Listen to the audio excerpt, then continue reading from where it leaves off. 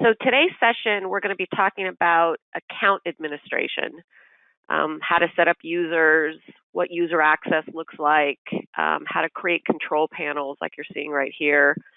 And then we're also going to spend a little bit of time talking about the public processes and giving you some advice and tips about what that area is for and what types of processes belong there. And then I'm going to end with what I think are my top 6 management processes that every business should have, implement, and be using. So I'm going to talk about what those are, show you how to download them from the library over here, and then show you how to use them here in this control panel section. So to access account administration, you go all the way to the right-hand corner and click this wheel icon. If you don't see the wheel icon, it's simply because you're not an administrator. I still think it's useful for people who are not administrators, particularly if you're managers, to understand how the user settings are set up and all that. So if you're not an administrator, I think you're still going to learn valuable things by seeing how this is organized. So when I hit that icon, I see user accounts, account settings, or upgrade account. If you click user accounts at the top, you're going to be taken to the admin area, and you can get to all of those 3 icons right here across the top. So this is the first thing you're going to see here is your user list, and this is this area right here. On the user list, if you've created any users, you're going to see the names that you've inputted right here. If you haven't created any users yet, all you're going to see is the key account holder, which is always at the top, and it's always this yellow key. So there are 2 types of users for TouchStone. There's administrators, which are these little key icons, the green ones and the yellow ones here. You're not limited for the amount of admin users that you can have. You only want to make somebody an admin user if you want them to have complete access to everything inside of TouchStone. So they have complete functionality to do anything, delete, add, move things around, add users, edit those users. So make sure that you keep the admin access reserved for highly trusted individuals within the company, the owner of the company. Sometimes people have like a TouchStone power user who does the trainings and implements processes company-wide. That person would be an admin user. So to create a user, you go over here where it says new user, simple, hit the drop down here, and then you're going to see the new user field. The first thing you want to decide is if the new user is going to be a regular user, which means you can restrict their access to TouchStone, or if it's going to be an admin user. So these 2 options. The next thing you want to do is put a valid email address in right here. You want to have it valid because if somebody forgets their password, then the recovery system is going to send the password to this email address. So if it's not a valid email address, then people won't be able to recover their password with the password recovery. So put in the email address, then you're going to put in a password, then you retype it, memory thing keeps coming up, then you're going to put in the first name and the last name, so pretty simple. The other fields are not required, so you can put address in and fill all this information in if you choose, but if not, you can leave them blank. You just go create user here at the bottom, and then your user will fall into alphabetical order by last name right here. Once you've created a user, then if it's not an administrator, then you want to go and set access. That would be the first thing that you would do. After new user right here, we see delete user. So if you go to delete user and you hit the drop down, you choose the user that you want to delete from the drop down list, and then you hit delete. It's going to say, are you sure? You say, okay, and then that user's gone from your user list. You want to be careful about deleting users because when you delete a user, it will delete the information over here if they've been using the control panel section. So if they've been completing documents and forms and things over here, checklists, that information will go away too. So before you delete a user, make sure you go to that person's control panel and download what you want from that person's control panel. If you're not sure, you think you might need that information later, but you're not sure, you can just reset the password or change the name of the user, call it archive@archive.com, and then keep it. Everyone who's a current user gets unlimited users.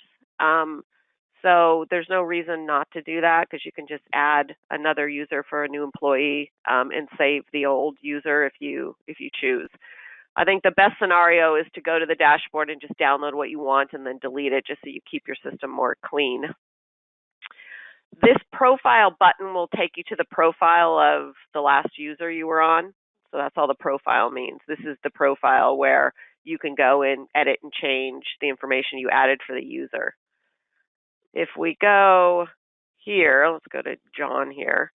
When you click the name on the user list, it's going to take you right to the profile screen. But if you're somewhere else and you hit profile, then you'll be able to get to the profile screen. Once you've created a user, you can go and change the user type. So I could make this an admin user and then just go update down here at the bottom, and then that person is now an administrator. Or if somebody's an administrator, you change your mind, you want to restrict their access, same thing. You just click the drop down, choose user, and then hit update, and then it will update that user. You can also reset passwords here.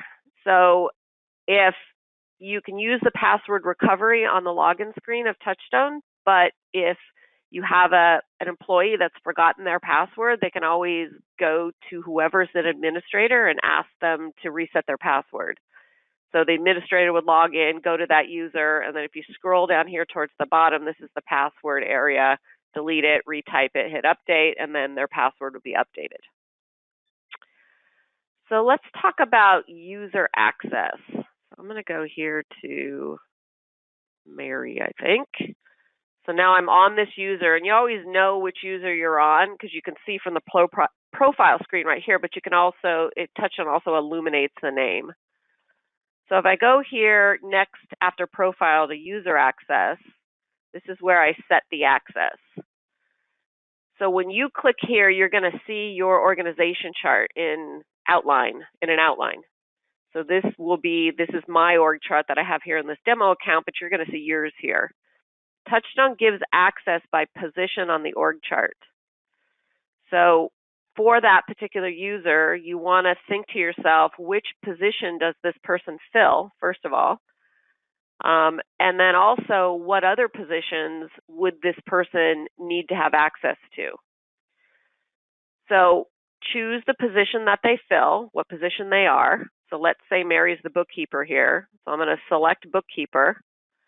And then I have to tell TouchStone what type of access I want her to have to this bookkeeper position. When I give her access to this bookkeeper position, it's going to give her access to all of the processes on that job description.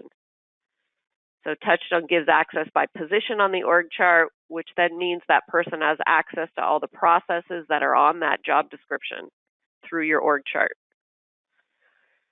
So you want to think, does this person, are they going to need to build anything in TouchStone? Do you want them to create processes on their job description, go and document those processes? If that's the case, you want to choose create access.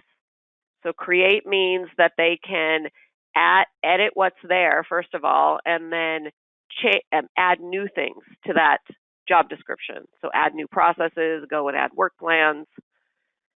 Not to all the positions on the org chart, just to this one that you're giving them access to. Edit access is one step below create. So edit access means that the user or the employee can only edit what's already there. So edit access means they can go and edit processes that are already on that job description. They can go and edit work plans that are already there. They can't add new processes, and they can't add new tools, new work plans, checklists. Read access is the lowest level of access and one step below edit. Read means just that. They can read what's there. So they can read the processes. They can read their job description. They can also go and read the work plans and all the tools that are in that process. So the way to decide this is simply just to say, do I want Mary to be contributing to her processes, documenting, organizing, creating the processes? If the answer is yes, then choose create. And then I hit update, and then you'll see the color changes right here to blue, which shows you it's create access. Then you want, if you want Mary to just be able to edit what's there, then you would choose edit access. So I'm going to do this just for example purposes. I'm going to give her edit access to customer support. I'm going to choose edit and hit update. So this would be if you want her to edit and change what's there, but you can't add new things to it. And then read access is for someone who you're going to fully document their processes, or other manager is, and all they're going to be able to do is read them and use them. So let's give her read to warehouse associate. No, this one, just for fun. Okay, read. So then you see it with the color. You can go and change any of this at any point in time. So if I decide I don't want her to have read access to this anymore, I just select it. I can change the access or I can remove it. Okay, so let's go back to Mary here. So just some thinking around this. If you, again, have an employee that you want to be able to edit and change things, then definitely give them create or edit. Read only. If they only read what's there, then give them read. Another thing to consider is, do they need to have access to other positions? So Mary may be the bookkeeper, but when the receptionist is out, then she fills in for the receptionist. So that would be a situation where you'd want to give her read access to this position. So think about cross-training, think about positions that fill in for other positions, and give access to the position to the person based on that. It's very typical for a manager to have create access to their subordinate positions. So if I am the manager of admin finance right here, I would most likely want to have create access to these positions underneath me. And that's because it's a manager's accountability to ensure that their employees are following, using their processes. It's also a manager's accountability to make sure that those processes are efficient and effective and are innovated. So if you don't give them create access to their subordinate positions here, then they can't do that in TouchStone. Once you've established access, then the next thing to do is to go over here to Control Panel and give that employee a control panel. So you'd think, what position does Mary fill? And give her a control panel for that position. So you'd go to bookkeeper, assuming she's the bookkeeper.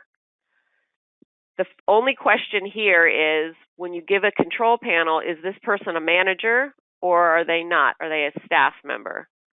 If you give the manager assignment, then that person will have management review for the people underneath them on the org chart. So let's go back here just so I can show that again. If you give a person a managerial control panel, like this one, say, manager of admin finance, it's then going to give them management review for the positions underneath them here. So let's go to me. And then if you look at this control panel setup, I have a managerial control panel for this position right here. That gives me management review for these 4 underneath me. If we go to the dashboard here, you'll see what that looks like.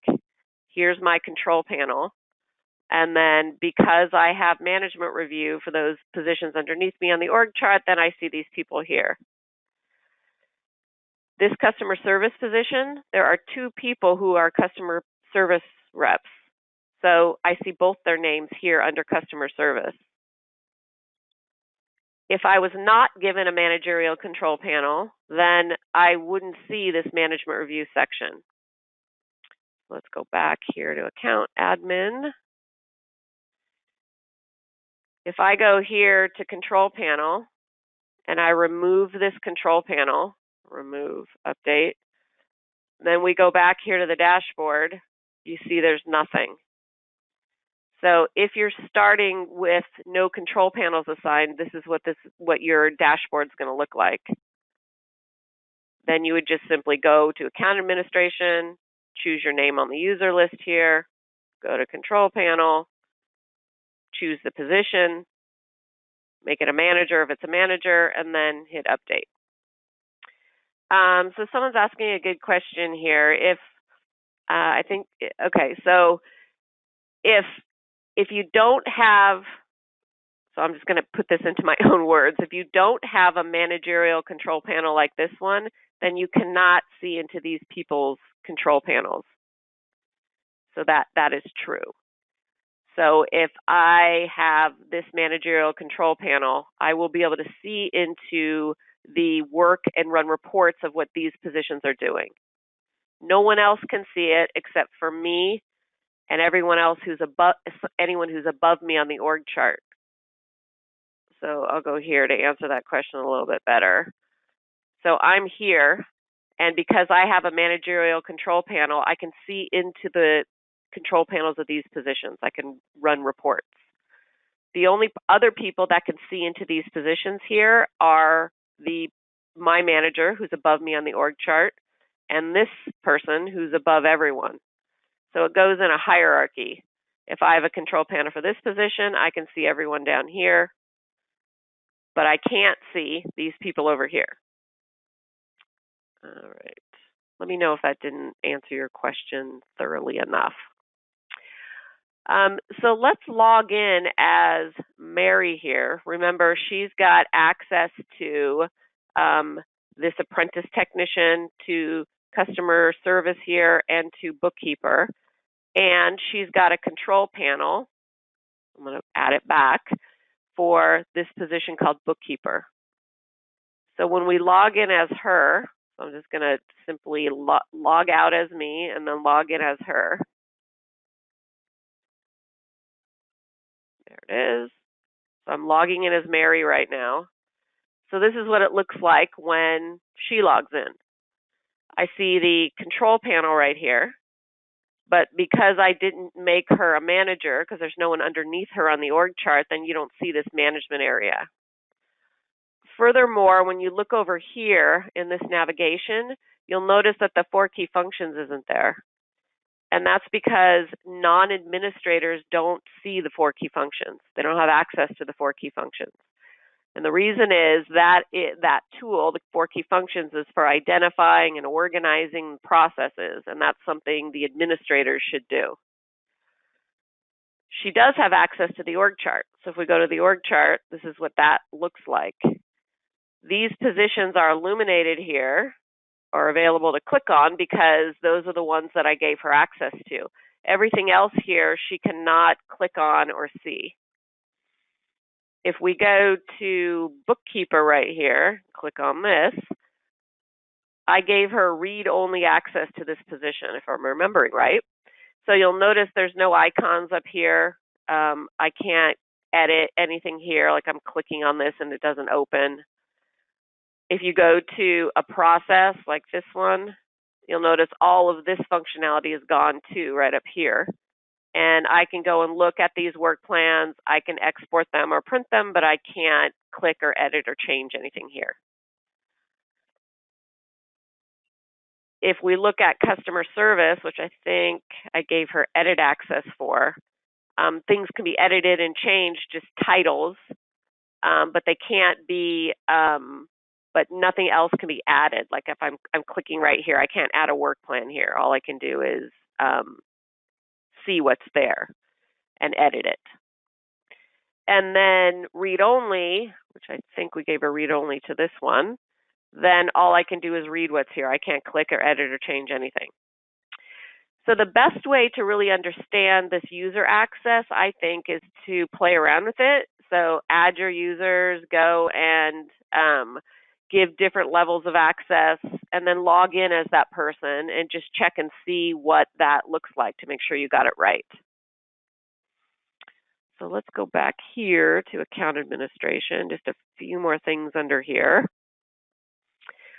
If you look up here, there are 2 icons right here and here, account settings and upgrade account.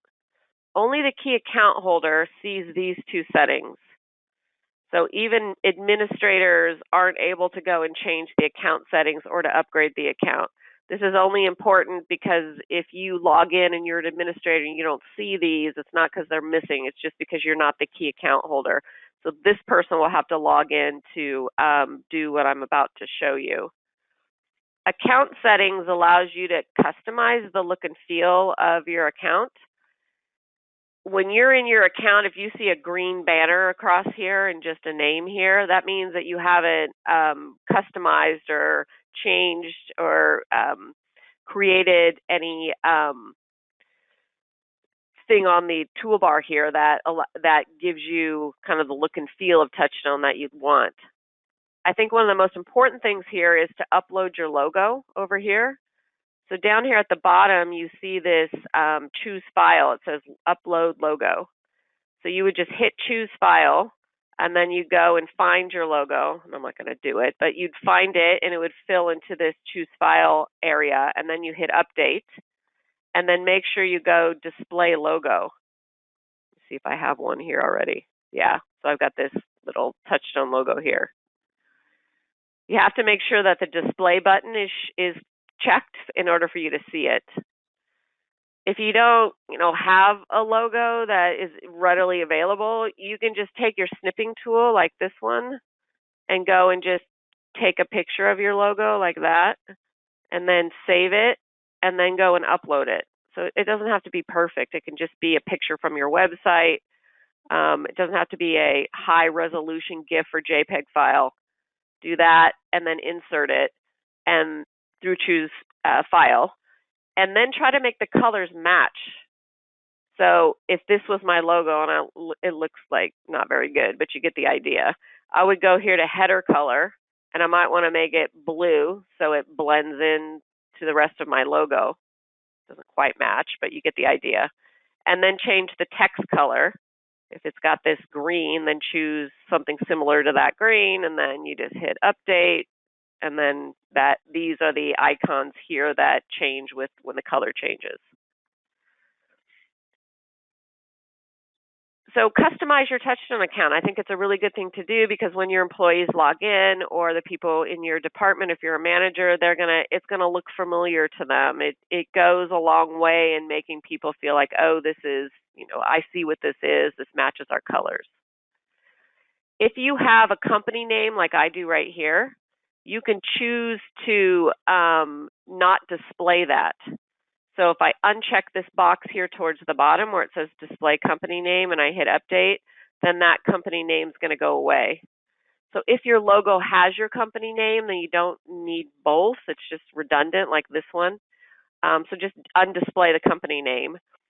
If your company name is incorrect, then go here to the business name and edit this field to the correct name and hit save. And then when you display your company name, like I'm about to do again, then it'll appear here. To the right of account settings is the upgrade account. I've said this many times, but I'll just say it again. Upgrade your account because all this money here doesn't pertain to you. Everybody who has a TouchStone account in 2020 has unlimited users. So if you're out of users, you have to be the key account holder to do this. But log in as the key account holder, go to upgrade account, choose as many as you need, and then just hit update. Easy as that. This is not going to pertain to you. You're not going to be charged anymore. The reason for adding users to TouchStone is twofold. One, you can restrict access. So if I don't want everybody to be seeing everything, I can restrict access by person. So that gives you that control to do it by person. If you've set up a user and called it salesdepartment@sales.com and then given everybody that username and password, well, you're losing that ability to restrict access based on person. If you have people in your organization that are great writers, that know the work really well, engage those people in creating the processes. Not everybody's going to be in that situation. So first reason for doing it is so you can control access. The second reason is this over here. This dashboard functionality is used by person, by user. So when I'm logged in here with my credentials and I go here to this control panel and I'm in here filling out checklists and forms and saving things and making notes, all of that is unique to me. The only one who can see it is me and my manager. So if you look at it from this view, when John goes in and logs into TouchStone and goes to his control panel for customer service, he's going to be completing and doing checklists and forms or just being trained in those processes, and everything that's saved there is unique to him.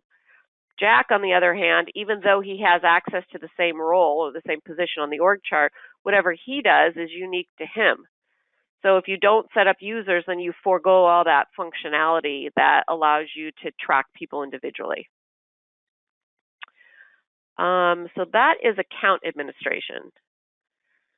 Let's talk about public processes here for a minute.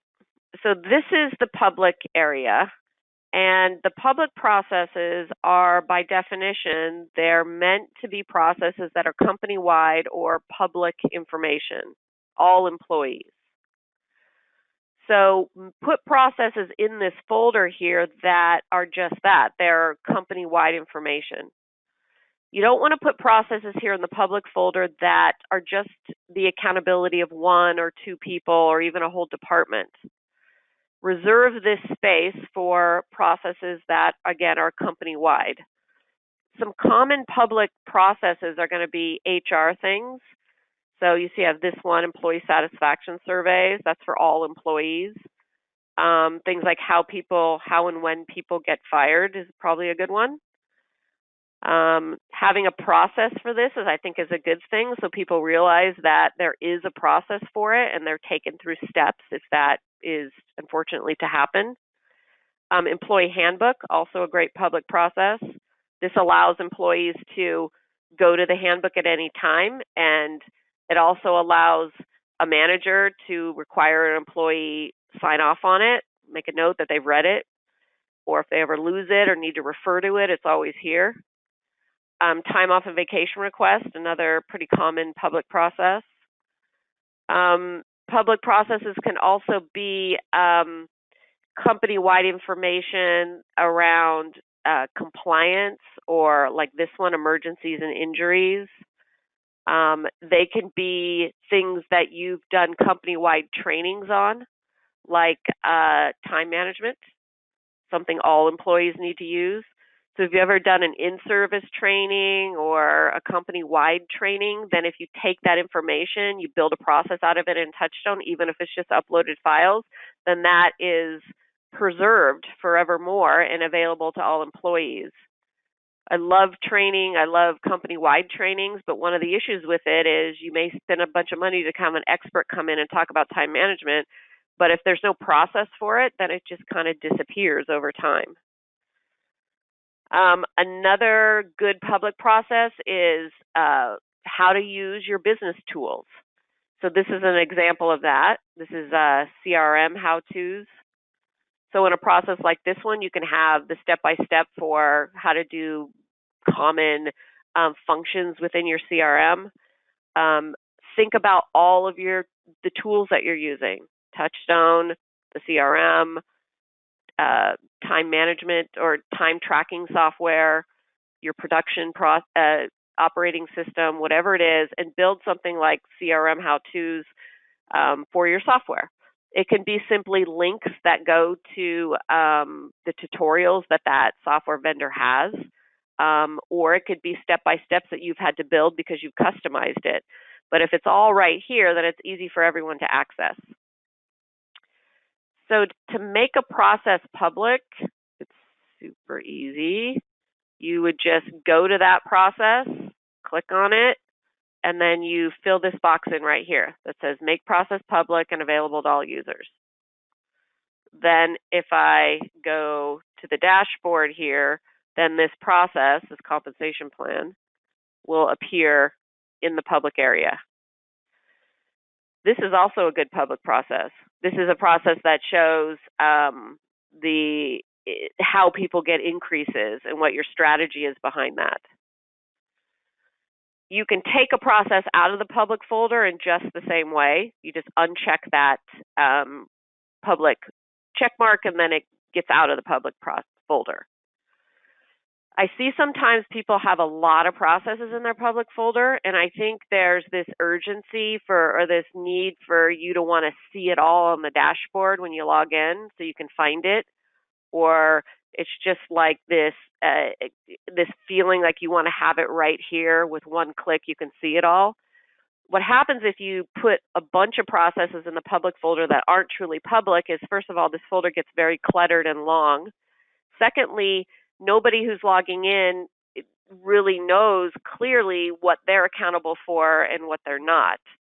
So if you're putting sales processes here, or you're putting operational processes, or even management processes, things that only managers do, everyone's going to look at that and not know what their accountabilities are.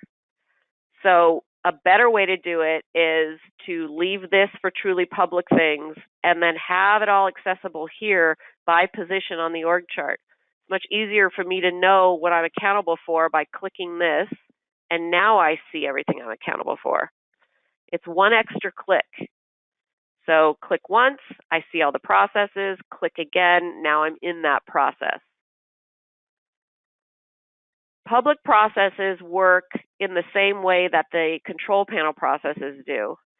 So since I'm logged in as me, if I go to this time on vacation request form, for example, and then I go down here to this custom form, and I fill this out, I put my request in, I fill out all this information, and I save it. It's dating and time stamping it and saving this back to TouchStone. My manager could then go and run a report and see that I have filled out this time off and vacation request form. Just because it's public doesn't mean when people go in and complete things or save things or mark something as read that everybody can see that. It works in the same way that the control panel does. If I do something here, only my manager is the one who's going to be able to see that. If we go down here through management review, you'll also notice that the public processes appear here. And the reason is if I go and complete something like the handbook, or I do like an emergency checklist or any of these things, my manager could then go to those things right here through management review and look in the saved area and see that I had done those things. They can also mark me as trained in the public processes, which puts these little check marks. So for new employee training, employees need to be trained in their job description processes, but then they also need to be trained, shown the public processes. When it's here in this public area, like I just showed you down here where the manager can access it, that also means they can run reports of that information. So I could look and run a report and see what vacation requests my employees have done for that week, or if I'm doing a survey, I can look and see those surveys through running a report. Let's go back here. I also find this public area to be useful for things that people forget how they need to get them. So it could be HR things like how to update your W-2 and your withholdings, or something around your benefits. Just these common like HR forms that people, where do I see that? Where do I go to get that? And furthermore, the form's not just there, but if you could do a simple little work plan saying this is how you do it, it saves a lot of interruptions and a lot of back and forth with emails saying, where's that, where's this?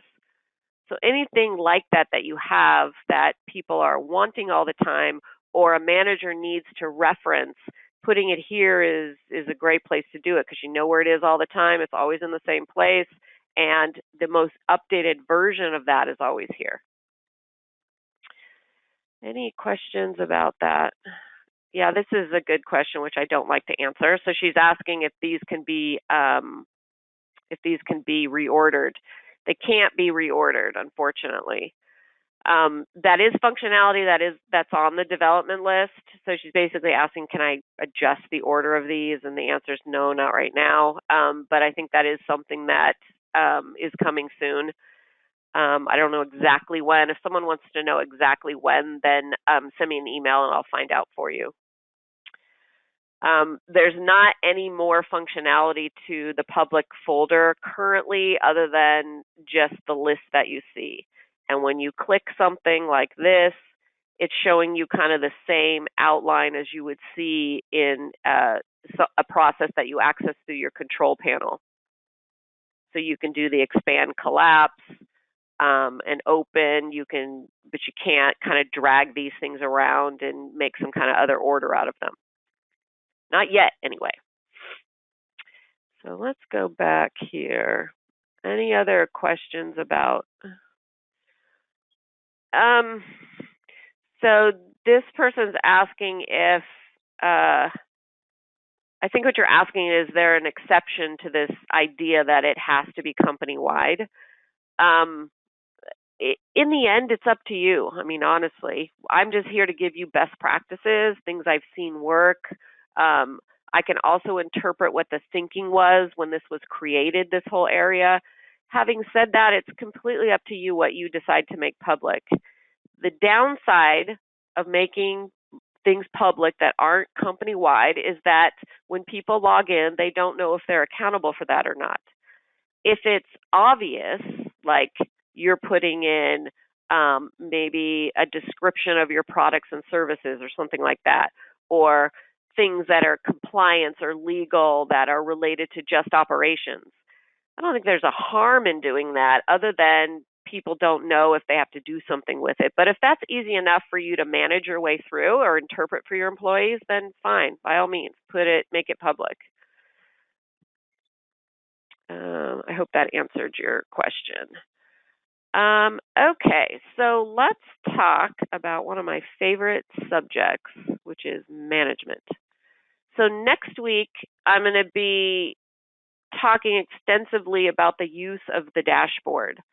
So how and when and why people can be using processes in their control panel, how managers use management review, all here on the dashboard, why I think it's so important to be using the processes, and all the functionality of the dashboard. But the theme of what I'm going to be talking about next week is really the fact that managers need to be the ones that are making sure that the processes are implemented and used. So being an effective manager is something that helps the entire company. It helps with efficiency, it helps with morale. Almost anything that you want to achieve in your business is followed through on by a manager. So if you have untrained, unexperienced managers that are overwhelmed with technical work and don't have time to be managers, have never taught how to evaluate something and how to report on it, haven't even been taught interpersonal things like how to get the best out of someone or, what it means to really motivate. If they haven't been taught all that, then you've got, a bunch of technicians running around trying to be managers with no time to do that. One of the number one reasons that people quit or have low morale or feel bad about their job is because of ineffective management. And I didn't just make that up. You can look that up on the internet. One of the biggest reasons people quit is because of a bad manager.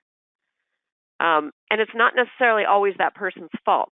Sometimes people are just, they're just terrible at it, but oftentimes it's because they just haven't been trained.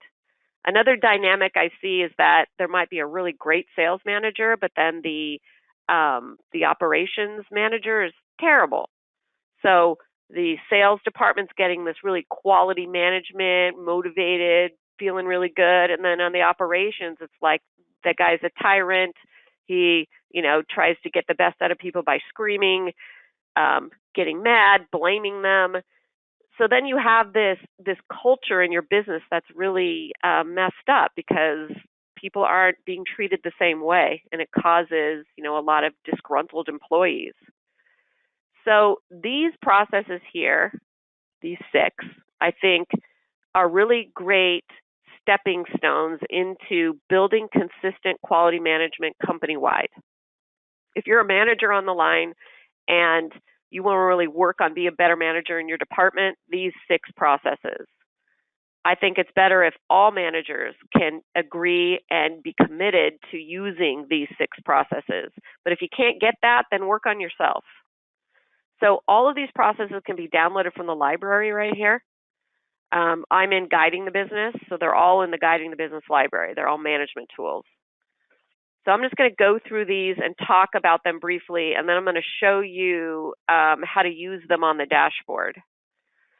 So the first thing you want to do after you download these processes is to edit them and make them your own. So if you can get all the managers together, if you're in a bigger company, then that works best. Just have a quick Zoom meeting and just have the intention of editing and customizing these processes and committing together that you're going to use them. The first thing is the management philosophy. So just like a business needs a vision, they need a strategic target, they need a direction, managers need this as well. Your company needs a philosophy that you all agree on together is the way you want to manage. So don't underestimate the power of this. If people can sit together and say, this is our vision, then they all buy into it and you all feel committed to it. So the process itself that you download from the library has got, I think it's this uploaded file in it. So this is just some suggestions on the types of things that you would want in a management philosophy. You know, take what you like and leave the rest. It doesn't have to be all of this.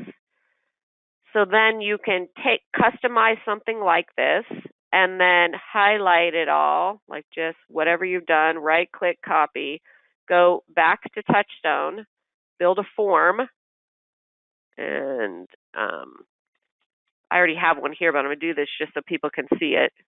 Put in the title. So now I have a custom form, click it, and then just paste it in. So now this is in TouchStone. So you can edit it in the Word document if you want to. You could start with a custom form like this one and just start typing it in right into the custom form. This is one that I built in the custom form. It's kind of the same stuff.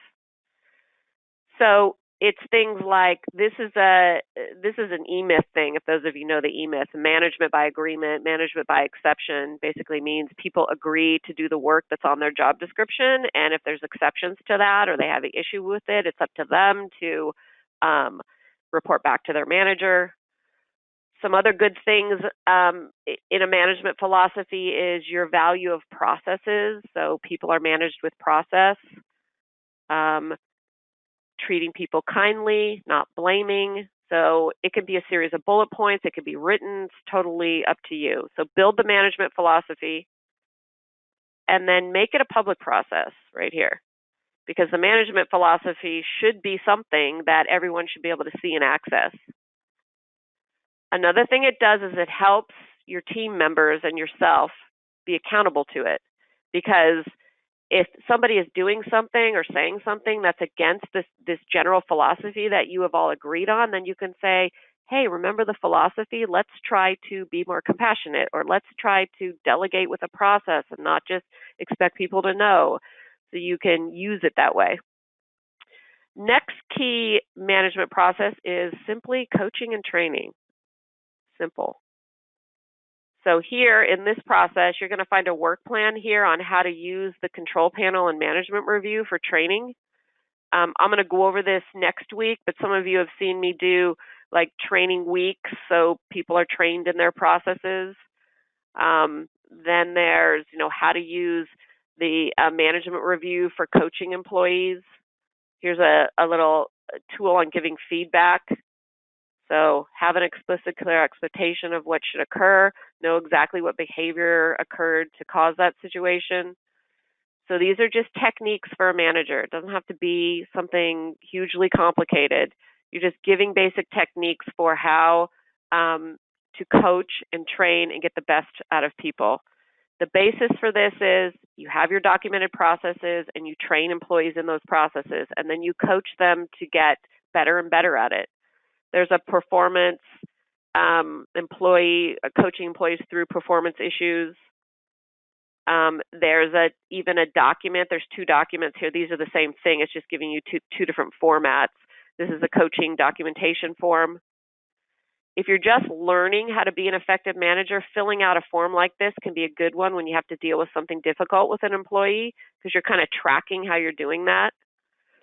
So this type of process is just tools and techniques for coaching and training. If you have other stuff that you want to add to this that you already do and use, then make another work plan, put in another script, put in another form. So let's go back here. Third, key management success tool, key process for management is task delegation and work management. This is how to delegate something. A lot of us don't know how to do this effectively. So when you delegate something, you want to explain it clearly, train the employee in how to do it, and then follow up with them. So there's this work delegation guidelines. A lot of us are just like, do that, do that, do that. Here's my pile of stuff. Here, you take half, and then we get mad they don't do it right. Another example is I give someone no training at all, and I say, you got to do this for me, and they go and do it, and then it's all wrong, and then I blame them. Another dynamic appears if you're a different type of manager, you keep everything to yourself. I'm going to do all this stuff all the time because I can't trust anyone else to do it. So that is creating ineffective management on your part because you're so overwhelmed with what could be technical work that you could delegate. You don't have time to manage. You don't trust anyone else to do it. This idea of just let them fail is just too hard for you to deal with. I'm just going to do it myself. So those two concepts are what this process is about. Either you're just advocating and just shoving things off on people, then getting mad. Everybody's doing it wrong. I can't find good employees. If you've said stuff like that, then you probably are doing that. Or you just keep everything to yourself, you micromanage it all, and you don't delegate it. So this is, again, got some tools in it that you can use. This right here, this delegation exercise, is a really great thing for managers. It's simple. So you basically make a list. You think of all the work that you do. Make a list of all of that if you don't have it. List out what you can delegate right now. So simple things you can delegate right now. I was talking to a TouchStone user the other day, and she was complaining about, I just don't have time to work on TouchStone. I'm so busy. And I just said to her, well, tell me what you did over the last 4 hours. And she listed these things. And one of them was to send thank you cards out to, I don't even know, vendors or employees. I couldn't even remember. And I said to her, why are you doing that? And she said, well, if I don't do it, it doesn't get done. Okay, well, that is something you can simply just delegate right now. There's no reason for you to keep doing that. So thinking through each work item can be really useful this way. So work, you can delegate now. Work, you can delegate after you write a process for it. This guards against the advocating things, just saying, oh, you go do it, and then I'm mad you don't do it right.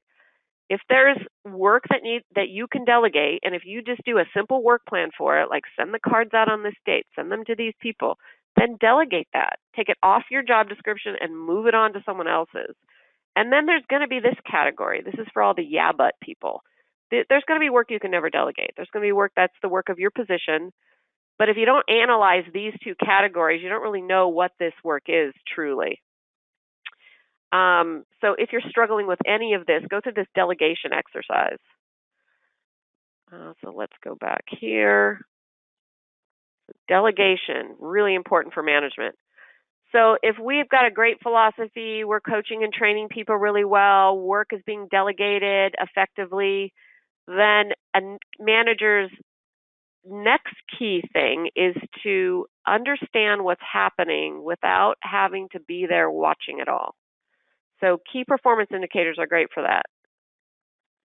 So the idea is you're on an island somewhere and your employees have to send you numbers, reports, checklists that let you know how things are going in the department without you being there looking at it.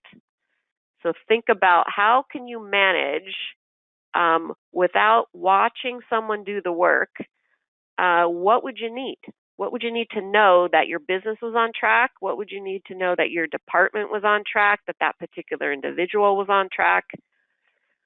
Key performance indicators are great for this. In this process, you'll find different examples of types of key indicators. These can be for individual positions, they can be for departments, they can be for the whole company. This is like some examples of financial key indicators. Here's some HR key indicators. There's a lot here. So the idea is that I'm giving you some suggestions. You wouldn't want somebody doing all of these. I mean, maybe you would, I don't know, but just make it simple. Choose what's the essence of it, what's the most important. Down here, these are customer service indicators. There's such a thing as tangible indicators, which is generally a number or a percentage, and then there are intangible indicators, which are a quality or a feeling someone's having. So remember both, and both are important. Down here here's a few documents that you can go from or have people use if you don't have anything else. This is just a simple form. This is like tangible indicators are here, and then we've got this intangible below. So the tangible indicators like employee turnover can be rated with a percentage. You can have a target result, what happened the previous period, the current period, and the progress. Then for intangible, if this was like customer satisfaction or employee morale, you would just simply put it on a scale of 1 to 5.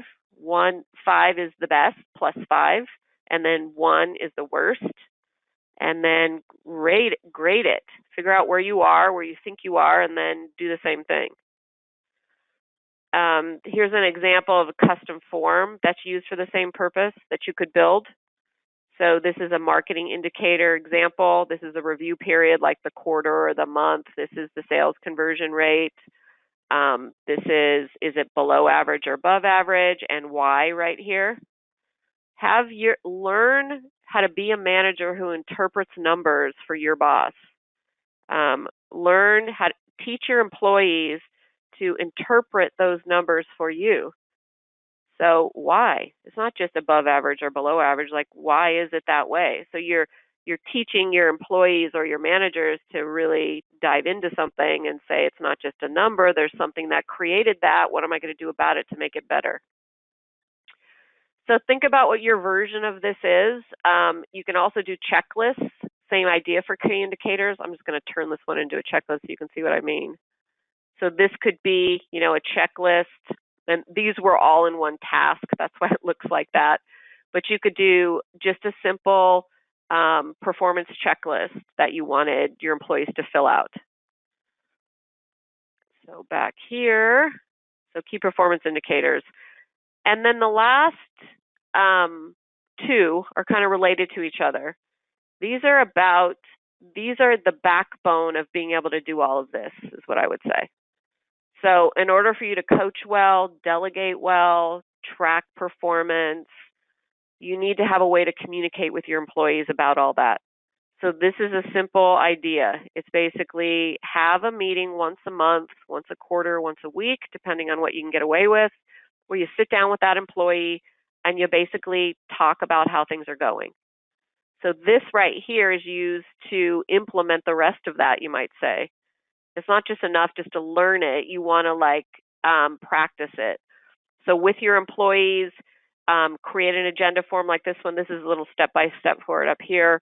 Put items you want to discuss, goals from last period, current period. All this is editable. I just click it, and then I could change all of this if I wanted to, or I could add new things up here.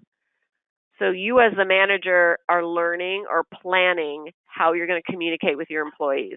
If there's an issue with their key indicators, you put it here. If you want to congratulate them on how well they did, you put it here. If there's a coaching opportunity, you want to put it here. So you go through that with the employee. If they're having an issue completing certain types of work or getting the results they need to, you put it here. And then you save all this for your meeting. You're not running around, knocking on people's doors, sending them emails, asking them what they're doing. You're not, as best you can, you're not doing that. An effective manager handles emergencies, obviously. If you're saying, yeah, but what about this? Handle the emergencies, but things that can wait, then save them for the meeting. You're going to have much more mental capacity to sit in front of the employee or over a Zoom call and say, this is what I'm seeing. You're going to be calm and relaxed. It's not going to be, out of the irritation of the moment. And then if all of these great meetings are happening here once a month or once a week or even once a quarter, if that's all you can do, and I say that intentionally because some people hear me talk about this and say, I don't have time for that. I don't have time for that. If you're with the I don't have time for that, then just try it once a month. Your employees deserve a sit down with you once a month. And if you do it, you're going to start to see how valuable it is. And then you're going to be more motivated to do it. If you're the owner of a company and you're thinking, how do I make better managers? Well, this is how. Require that they have these meetings. Then at the end of the year, everyone gets a performance review. So this is like a culmination of all of the communication, the coaching, the training that's happened, and you sit down in a formal performance review process, and we have a great process for this that uses the job descriptions on the org chart kind of as a checklist almost for what employees need to be reviewed on. So like these are all the processes, and you actually give them comments. So here on the dashboard, I've put all these processes on this job description as you could see them here. Once you've edited and changed those, made them exactly what you want them to be, hopefully as a management team you've done that together, then you can use them here on the dashboard. So here's that management philosophy. That's just going to be a stable document that probably doesn't change very much. Yeah, this task delegation and work management. If you want to go in and do this delegation exercise, it's right here for you to fill out, and you can save it. If you have a manager who you think would really benefit from this, then have them do this. If you have anyone who you want to groom to be a manager or you think they have that potential, this is a great exercise to teach them because they can learn how to decide what they can delegate. They also learn how to document a process for that and then delegate it. It's kind of the heart of everything. So right here, they can use that, complete that exercise and save it. Here's like a delegation form if you want to use that. When your managers or yourself are in here completing these things, then you, who is the manager of the managers maybe, can run a report and see what they're doing just to like validate or make sure that they're actually doing it. Employee coaching and training, that's there. It's got some forms in it. This one-on-one meeting one, this is a great one to use in the control panel because I just click this and then here's that form. So I fill it out for my meeting that I'm having this week, save it. When I save it, then my manager, if they want to see what I'm talking about with the employees, what we're doing, did I have the meeting, all they do is run a report here and they can see that I'm doing it. And then, of course, the performance review can all be done here in TouchStone as well. And then lastly, this is kind of out of order, but lastly, the key performance indicators. So even frontline employees who you're managing and you want to give them the tools to be able to rate what they're doing, evaluate it, and report on it, which is really great for all employees to learn. It also solidifies this idea of using processes because if an employee comes to you and they've got something that's not working well, then you as the manager can say, let's document a process for that and see if we can improve it. So here, these key performance indicators, if you've got, documents like I think this one I showed you, then these can be all completed and saved right here to the dashboard. And then again, as the manager wants to make sure that these were done each quarter, they just go and run a report and see if they're there or not. All right, so next week we're going to end this 7-series sessions by talking about the control panel right here and management review. So these two tools were built inside of TouchStone specifically to ensure processes are used. I get this question once a week, or I see it, or I hear it. why aren't my employees using the processes? I can't get them to use them. Nobody's using them. Nobody's looking at it. Nobody's working on it. How do I get them to use them?